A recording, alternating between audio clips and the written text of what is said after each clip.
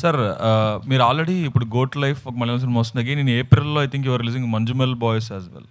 అది ఇంకా డేట్ అనుకోలేదు సార్ అది.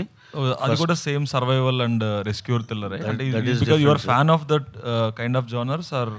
Sir we're basically fan of Malayalam films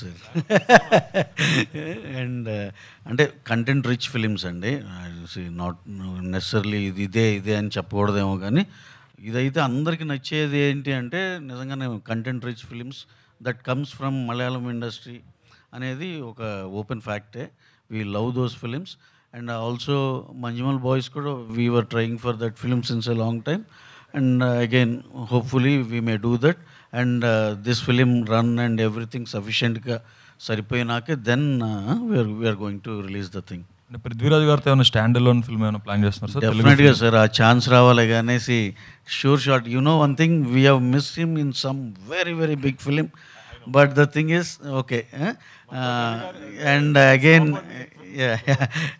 we use to approach him. అంటే పృథ్వీరాజ్ గారు అంటే ఆయన గురించి మనం కొత్తగా చెప్పుకునేది ఏం లేదు. ఎన్నిసార్లు చాలా చాలా ఆటలు ఉన్నాయి సార్.